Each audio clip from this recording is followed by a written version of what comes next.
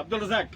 ಮೊನ್ನೆ ಒಂದು ನಾನು ಯೂಟ್ಯೂಬ್ ನಲ್ಲಿ ಒಂದು ನಿಮ್ಮ ಅಶ್ವಿನಿ ಅವ್ರದ್ದು ಸಂದರ್ಶನ ನೋಡಿದೆ. ಡಿಜಿಟಲ್ ಮೀಡಿಯಾದಲ್ಲಿ ನಮ್ಮ ನಂದಿನಿ ಅಂತ ಅವ್ರನ್ನ ಹೋಮ್ ಟೂರ್ ಮಾಡಿದ್ರು ನೋಡಿ. ಅವ್ರು ಸಂದರ್ಶನ ಮಾಡಿದ್ರು ನಂದಿನಿ ಅವರು.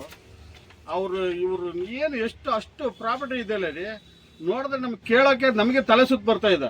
ನಿಜ ನಿಜ ನಿಜ. ಅಷ್ಟು ಆಸ್ತಿ ಅಷ್ಟು ಅಂತಸ್ತೆಲ್ಲ ಮಾಡ್ಕೊಂಡು ನಮ್ಮ ಎದುರಿನಲ್ಲಿ ನೋಡಿದ್ರೆ ಅಷ್ಟು ಪ್ರೀತಿಯಿಂದ ನಡ್ಕೊಂಡ್ರು. ಅದಂತೂ ತುಂಬಾ ಸಂತೋಷ ಆಯ್ತು.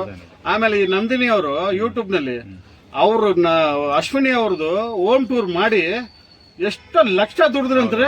ಅದು ಅಂಕಿತಾ ಅಂತ ಕಿಚನ್ ಏನಿದೆ ಅವ್ರದ್ದು ಸಂದರ್ಶನ ಮಾಡ್ತಾ ಇದ್ರು ನಂದಿನಿ ಮತ್ತೆ ಆಕಾಶ್. ಅವ್ರು ಹೇಳ್ತಾ ಇದ್ರು ಅವರು ಬಿಗ್ ಬಾಸ್ ಹೋಗಿಂತ ಮುಂಚೆನೆ ಅದು ಇದು ಹಾಕಿರೋದು ಎಪಿಸೋಡ್ಗಳು ಹಾಕಿರೋದು ಇನ್ನೂವರೆಗೆ ಓಡ್ತಾ ಇದೆ. 9 ಲಕ್ಷ ಚಿಲ್ಲರೆ ಅವ್ರಿಗೆ ಪ್ರಾಫಿಟ್ ಆಗಿದೆ ಅಂತ.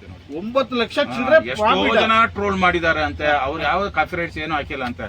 ಯಾಕಂದ್ರೆ ಅವ್ರ ಮೈಂಡ್ ಅಲ್ಲಿ ಏನು ಅಶ್ವಿನಿ ಗೌಡ ಮೇಡಮ್ ಅವರು ಬೆಳಿಬೇಕು, ಚೆನ್ನಾಗಿ ಟ್ರೋಲ್ ಮಾಡೋರು ಮಾಡ್ಲಿ, ಏನಾದ್ರು ಮಾಡ್ಲಿ ಅಂತ. ಮೊನ್ನೆ ರೀಸೆಂಟ್ ಆಗಿ 1 ಮಿಲಿಯನ್ ಏನು ಓಡಿದಕ್ಕೆ ಮತ್ತೆ ಅದಾದ 1 ಲಕ್ಷ ಸಿಗ್ತದೆ. ಅಂದ್ರೆ ಅವ್ರ ಬಗ್ಗೆ ಯಾವ ತರ ಕ್ರೇಜ್ ಇದೆ ಅಂದ್ರೆ ಹೌದು ನೋಡಿ. ಅವರಿಂದ ಬೇರೆಯವ್ರಿಗೆ ಸಪೋರ್ಟ್ ಆಗಿದೆ, ಹೆಲ್ಪ್ ಆಗಿದೆ. ಆದ್ರೆ ಅವ್ರ ಮೈಂಡ್ ಅಲ್ಲಿ ಇಲ್ಲ ಭೇದ ಭಾವನೆ. ನಾವು ದುಡ್ಡು ಇದ್ದವರು ಯಾಕಿದು ಮಾಡ್ಬೇಕಂತ. ನಾವು ಯಾರೋ ಸಾಮಾನ್ಯ ಒಂದು ಅಭಿಮಾನಿ ಹೋದ್ರೆ ಪ್ರೀತಿಯಿಂದ ಮಾತಾಡ್ತಾರೆ. ಅಂದ್ರೆ ಸಿಕ್ಕಾಪಟ್ಟೆ ಜನ ಆದ್ರೂ ಟ್ರೋಲ್ಸ್ ಮಾಡಿದ್ರು, ಇದು ಮಾಡಿದ್ರು. ನೋಡಿ, ಒಬ್ಬ ವ್ಯಕ್ತಿತ್ವ ಅರ್ಥ ಮಾಡ್ಕೊಳಕ್ಕೆ ಅನ್ನ ಬೆಂದಿದಿಲ್ಲ ಅಂತ ಒಂದು ಅಗಳು ಸಾಕು ಅಲ್ವಾ? ಅಂತ ದೊಡ್ಡ ವ್ಯಕ್ತಿ ಪ್ರೀತಿ ಮಾಡ್ತಾರಂತ ನಾನು ಯಾವತ್ತೂ ಅನ್ಕೊಂಡಿರ್ಲಿಲ್ಲ. ನಿಜ ಹೇಳ್ತಾ ಇದ್ದೀನಿ. ನನ್ಗಿಷ್ಟು ಪ್ರೀತಿ ಸಿಗುತ್ತೆ ಯಾಕಂದ್ರೆ ನಾನು ಬೇರೆಯವ್ರಿಗೆಲ್ಲ ಸಪೋರ್ಟ್ ಮಾಡಿದ್ದೀನಿ. ಈ ಸರ್ತಿ ಏನಪ್ಪಾ ನಮ್ದು ಸಪೋರ್ಟ್ ಮಾಡ್ತೀವಿ ವೇಸ್ಟ್ ಆಯ್ತಲ್ಲ ಅಂತ.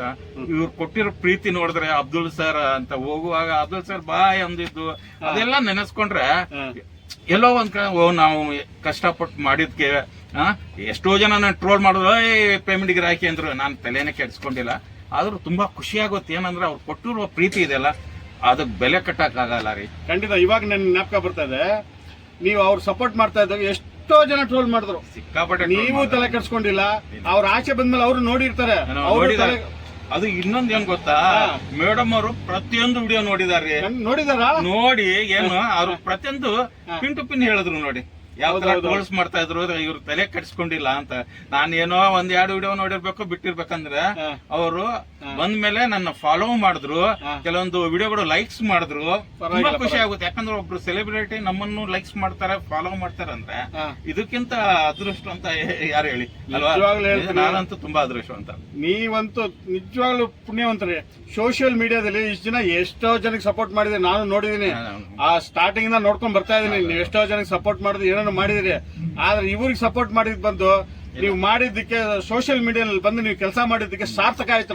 100% ಸಾರ್ಥಕ ಆಯ್ತು. ಈ ಸರ್ತಿ ಏನಂದ್ರೆ ಅದೃಷ್ಟ ಏನಂದ್ರೆ ಪೇಡ್ ಪ್ರಮೋಷನ್ ಗಳು ಸಿಗ್ತಾ ಇದೆ. ಮತ್ತೆ ಕೆಲವೊಬ್ರಿಗೆ ಇಂಟ್ರೂ ಮಾಡ್ತಾ ಇದೆ. ಅಂದ್ರೆ ಏನು ಪ್ರತಿಯೊಬ್ರು ಕೇಳ್ತಾ ಇದ್ರು, ಏನ್ರಿ ಬರೀ ಬಿಗ್ ಬಾಸ್ ಅಂತಿದ್ರೆ ಏನಾದ್ರೂ ವಿಶೇಷವಾಗಿ ಮಾಡಿ, ಕೆಲವು ಇಂಟರ್ವ್ಯೂಗಳು ಮಾಡಿ, ಕೆಲವು ಹೊಸ ಹೊಸ ಪ್ರತಿಭೆಗಳು ಇದು ಮಾಡಿ ಅಂತ. ನೋಡಿ, ನಾವಂತೂ ಪ್ರಯತ್ನ ಮಾಡ್ತಾ ಇರ್ತೀವಿ. ಏನಂದ್ರೆ ನಮ್ಮ ಅಭಿಮಾನಿಗಳು, ನಮ್ಮ ಪ್ರೀತಿಯ ವೀಕ್ಷಕರು ಎಲ್ಲ ಏನ್ರ ನಾವು ಏನಾದ್ರು ಮಾಡ್ತಿರುವಾಗ ನೀವು ಸಪೋರ್ಟ್ ಮಾಡಿದ್ರೆ ನಾವು ಹೊಸ ಹೊಸ ಪ್ರತಿಭೆಗಳನ್ನು ಇಂಟ್ರೊಡ್ಯೂಸ್ ಮಾಡಬಹುದು, ಅವ್ರನ್ನ ಬೆಳೆಸಬಹುದು. ಯಾಕಂದ್ರೆ ಬಿಗ್ ಬಾಸ್ ವಿಡಿಯೋ ಎಷ್ಟಾದ್ರೂ ಮಾಡ್ತೀವೋ, ಇದು ಬಿಟ್ಟರೆ ಬೇರೆ ಏನ್ ಕೆಲಸ ಇಲ್ಲ ಅಂತಿರಲ್ಲ. ನಾವು ವಿಶೇಷವಾಗಿ ಮಾಡ್ತಾ ಇರ್ತೀವಿ. ನೀವು ಸಪೋರ್ಟ್ ಮಾಡಿ. ನೀವು ಸಪೋರ್ಟ್ ಮಾಡಿದ್ರೆ ಅಲ್ವಾ ನಾವು ಮಾಡಕ್ಕೆ ಒಂದು ಪ್ರೋತ್ಸಾಹ ಬರುತ್ತೆ. ಅದಕ್ಕೆ ಹೇಳ್ತಾ ಇರೋದು, ಪ್ರತಿಯೊಬ್ರು ವಿಡಿಯೋ ನೋಡೋದು ಅಷ್ಟೇ ಅಲ್ಲ, ಸ್ವಲ್ಪ ಪ್ರೋತ್ಸಾಹ ಕೊಡಿ. ಲೈಕ್ಸು, ವ್ಯೂಸು, ಸ್ವಲ್ಪ ಫಾಲೋ ಮಾಡಿ. ಯಾಕಂದ್ರೆ ಇನ್ನೂ ಡಿಫ್ರೆಂಟ್ ಆಗಿ ನಾವು ಕಾರ್ಯಕ್ರಮ ಮಾಡ್ತೀವಿ. ನಿಮ್ ಪ್ರೀತಿ ಸಪೋರ್ಟ್ ಹಾಗೆ ಇರಲಿ. All the best.